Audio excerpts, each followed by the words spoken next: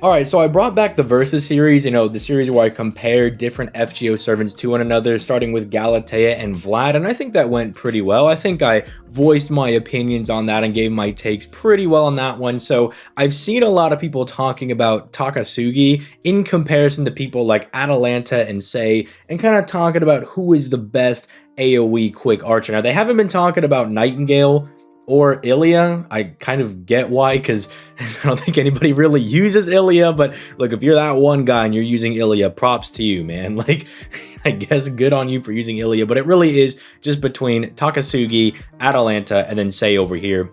And so I wanted to throw my hat in the ring. I wanted to give my opinion on who I thought was the best between the three of them, because I think I came off a little harsh on Takasugi's own video. And I think that also has to do with me calling him mid. But when I call somebody mid, I don't mean they're bad. Like, I just think that they're not really doing anything special. You can use them, you can get some usage out of them, but at the same time, they're like not doing anything that's like particularly special, right? Or they're not really like driving a niche for themselves, or something that it's kind of like, oh yeah, like I break out Takasugi for like this thing, which I know not everybody wants, but I kind of want each servant to have their own personality, I guess, or like own different style of gameplay. But we're going to talk about that more in today's video. If you guys enjoy these types of videos, make sure you leave a like on the video, make sure you subscribe to the channel, and maybe, just maybe, consider checking out those links down in the description down below. I have my Twitch down there where I stream on weekdays at 6 p.m. Eastern Standard Time, and this is one of those videos that I would really like to see your guys' comments down in the comment section down below, so I can kind of get your thoughts on this. But yeah, let's go ahead and just start diving into this. So I think the first servant we can honestly kind of take out here is Atalanta. I know a lot of us were really like on that doomer mentality when Takasugi's details were revealed. We're like, dude, Atalanta's even better than he is. And while I think Atalanta is still a very, very strong looping servant, because look at this, 50% NP gain plus a 10 hit AOE NP. Yes, sir, I'll definitely take that. The only real problem with her is, one, you only have this buff, as insane as it is, for the last node. So on nodes 1 and 2, if you're using her for farming, she might struggle a little bit with this damage right here. Her NP1 damage isn't the greatest, so it's kind of hard for her to stand up to, say, like Takasugi or Sei as soon as she starts getting some of her damage mods going. So I think that's kind of the only thing really holding her back. But I mean, look, in the future, if they ever just say like, she gets it for like 3 hits, and it like maybe she herself just gets it for 3 hits, or they want to be really broken, they say the whole party gets it for 3 hits, so you can spread that out for each individual node. Atalanta is going to be really good, because keep in mind, this is her damage with the buff up. You can imagine how hard it falls off for waves 1 and 2. Now, I will say that because Atalanta is a 4-star, is theoretically easier to pull, not limited in any way, so she's on every banner, and JP buffed the 4-star rates, in theory, it should be easier, I'm gonna say easier, to have like a higher NP copies of Atalanta. I say that, but on NA, which I get does not have the buffed rates yet, but still, I've been playing for quite a while, and I still only have like NP1 or NP2 Atalanta. So every time I say something like that, like I remember when I did my first Emiya video, I was like, yeah, everybody should have Emiya. I feel like it's such a common servant, and like half the comments were people like, dog, I still don't have Emiya. So I'm very, I guess, apprehensive of saying, oh yeah, everybody should probably have this servant. They should be like common. But in theory, yeah, you could give that to props to Atalanta, that because she's a low star servant, she is theoretically more available than, say, Takasugi or Sei over here. And it shouldn't be that hard to get her to higher NP copies, because if you can get her up to like here, then only getting this damage for wave 3 is not going to hurt as bad, because they're just raw NP copies are going to be so high that it's going to kind of inflate her damage for wave 1 and 2 to just be good enough. Because I don't think she's going to have the problem at like lower NP copies. Well, I could say that I don't think she has the problem of not looping NP back. I think it's like a Summer Mordred thing, that for waves 1 and 2 where you're not using, say, the quick buff, you can almost have the issue of not actually taking the enemies out, but you refund enough NP. I can't tell you how many times I've used Rider Mordred, because mine is stuck at NP1, and just being like, yeah, Mordred, that was really good that you looped 100% of your NP back, but I actually need you to take out the enemies still. Like, I still need you to clear the wave. So I feel like that could be a problem for like lower NP copies of Atalanta, and why I don't think she's as much a part of this discussion as good as I actually think she is.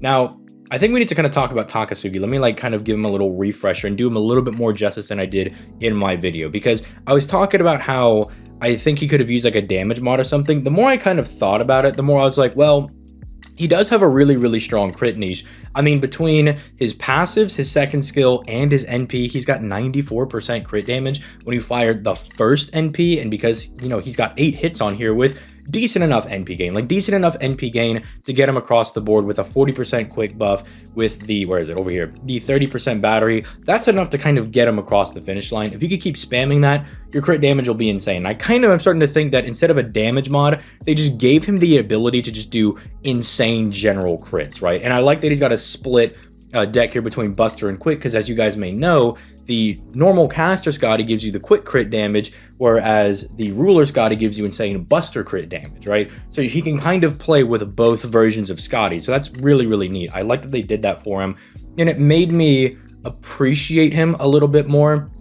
But I still think they could have thrown something like, I don't know, like an NP gain buff, or like a special damage mod or something his way. Well, actually, technically, I forgot about the overcharge thing here. So technically, he's going to have more than 94% crit damage, because he's going to get 35%. So he should have 99% crit damage, I believe, after firing his first NP. That's pretty good. That's basically Merlin 100% crit for free on everything. That's really, really good. So I think that kind of drives a niche for him, and he doesn't need like a star weight buff or anything, because he's an archer, so like naturally his natural star weight is insanely high, so he should naturally get all the stars to himself, shouldn't really have to fight for them. And because he's got such high hits on an AOE NP, his NP kind of functions like a star bomb. And if you look at his damage, I mean, this is good free damage. I don't think I gave him enough props on that, but for not having any special damage mod and for having crits as good as Takasugi's got, that's just good damage that you could do to anybody. You don't need any special damage mods. You don't need to fulfill any special conditions. It's just boom, pop skill 1, boom, pop skill 3, and cook with the NP, right? Because you get this extra 20% quick over here. Well, I guess 25% on the first quick one, but you guys get what I'm saying. You get that extra buff, and he just does damage because his attack stat's going to be really high. If you could just at least foe him, he's going to be at 13,000, right? And then, you know, if you want to gold foe him, then be my guest, and he'll do even more damage, right? So his natural attack stat's really, really good. But I will say that I slightly prefer Sei a bit over Takasugi, and let me explain. This almost could just be like a hot take video, but I think it's just a slight preference for what Sei is doing. As much as I really like Takasugi, and I've grown to like him a little bit more after using him, and I've been waiting for this guy for such a long time, and I think his ascensions are all really sick, I gotta like kind of cut out my bias a little bit and be like, even though she's got this, I think having this in the back pocket, like this ability to kind of do this insane mad damage, when you have the damage mod, when the damage mods are relatively common, I think that's very, very strong. I think that's a very good thing that Sei has going for her, and it gives her a lot of extra value. Now, yes, if you're in a node where there is none of these damage mods, she ain't looking good, dog. I'm not gonna lie. That's not all that great. But if you can find one of these damage mods, which I really like servants that have this like special tech ability, then I think I do have a slight preference for her. I mean, interestingly enough, like they got the same NP gain stat, right? Both at 0.57%. It's just that Takasugi has technically a smaller battery, I guess. Sei has a 20%, he has a 30%, but then she gets 10% NP every single turn. So technically overall, she's going to get like 50% back if you add all of the NP together. But I think because of us having, say, Ruler Scotty and the normal Scotty as well, like the fact, like you should be able to loop just fine. The hits on our NP, I think, are what we're kind of holding Sei back initially, but now that we can just do like double Ruler Scotty, get the additional 30% quick buff because she gives you 65% quick instead of 50%, and then if you want to plug suit in the caster Scotty, you just get so much more quick NP gain that it takes Sei, who is kind of like one of those borderline farming servants, like a servant you could get to farm, but they kind of like, they needed some extra help. You could tell that they needed something to really help them out. That's what Ruler Scotty is. Like, that's kind of where Ruler Scotty really excelled with this servant, and kind of bringing her up and being like, okay, here, you're gonna have a little bit of an easier time farming. And so you can actually take advantage of a really good damage mod. Now, unfortunately, the Shadow Servant thing, while it is really nice, I'm not exactly counting this, because when you think about farming, you're not really thinking of free quests where shadow servants are at, right? You're not really ever going to be considering being like, oh yeah, I'm gonna go to Fuyuki and farm some bones, because then at that point you could just like face card those people, to be honest. But you're not really considering this. It's nice that she's got that niche. It's a very nice niche that she can kind of have if you need it, especially with the new CEs that they've been giving with the advanced quests that make farming those free quests a lot easier because they buff the drop rates of certain drops. So that's really nice. But it's not even really what you're thinking of. Even your dailies, let's say the EXP card ones and the QP ones, which are the ones that are probably farmed the most, they don't have shadow servants in them, right? Like you have hands, you have doors, and you have the Ganesha, right? So you can't even really take advantage of it for that. And even then, the HP values on the dailies aren't even really that high. Like the Ganesha gets to like 1.2 thousand HP, or 120,000. Let me not say 1.2 because that might confuse some people, but not a whole lot. So you're not really taking advantage of it. But this neutral servant one is fairly good, right? Because you do have like a decent bit of sabers and berserkers here. So you could take advantage of special damage mod plus having the super effective. But even then, if you need to take her neutral to some of these guys, you can already get really good damage. Like it really jumps her damage up a lot, because you got to remember that that special damage mod is multiplying not only into her quick buff, but her attack buff as well. So like it really adds a lot of like multiplicative buffs together to really jump her up there and have her do a lot of damage. But the nice thing is that she also has the man one. And man, I think helps her out a lot, because not only does it expand the amount of servants that she's able to hit, but it also starts to include common enemies, right? It starts to include a lot of people that you're going to be able to hit. So it's not just going to be like, well, you're only going to see like this level of damage, or if you get really lucky and you can like double stack it, right? It's like, oh, you're only going to see this for like one wave. And it's like, no, you could see it for all 3 waves, right? Like let's say you have a Roman soldier one where you have like a Salter at the end, or you have a Caesar at the end, or a Nero, right? You could just take a lot of damage on those people and just absolutely go in there and clap up. Now, I can understand people having maybe a preference for Takasugi because he's able to be more of a crit niche, right? And I think his crit niche is something that I appreciate a lot more. But when I kind of think about like the servants being able to farm, I think with how good Ruler Scotty is, and are kind of bringing Sei up a little bit more and making it a bit easier for her to farm, like it's not as doomed for Sei to be able to farm now because of her low hit NP. I do still prefer her a little bit, because I just think this NP is very, very valuable. But it's not like I think Takasugi is super far behind, because the guy's also going to be able to farm, right? Like, because even though neutral and man are both very good, if you can't find any of those, or that's on like, I don't know, a Lancer node, right? You're not going to use Sei, even if you do have this for the Lancer node, right? Well, then again, you're not going to use Takasugi either, but you're getting what I'm, okay, you're getting what I'm saying. Like, if it's a node where like it's not proper to use Sei, like it's not a good idea, then you still got Takasugi with his really good free damage. And if you have more of a worse account, because I know, again, I'm trying to take it into account that a lot of players have told me, well, I do kind of have a reliance. I kind of do need to use my face card sometimes because I don't have a Black Grail, or I don't have like this maximum broken scope giving me 2,000 extra attack. I don't have some of these things. Well, Takasugi is really good because he can bomb a lot of those stars with this like very high hit quick AOE NP, especially if you consider Ruler Scotty generating stars every turn. He could do some really insane crits. Like if you need a face card, it's kind of like doesn't matter which one you find, because by the 3rd time you've been firing NPs, you're gonna have a 35% plus 230 stacking up. You're gonna have insane crit damage. Like it doesn't really matter anymore. Plus the Ruler Scotty Buster one, plus the normal Scotty quick buff, like you're just going to absolutely cook whoever comes anywhere near your Takasugi with literally any crit. So I see him having a lot of value in that.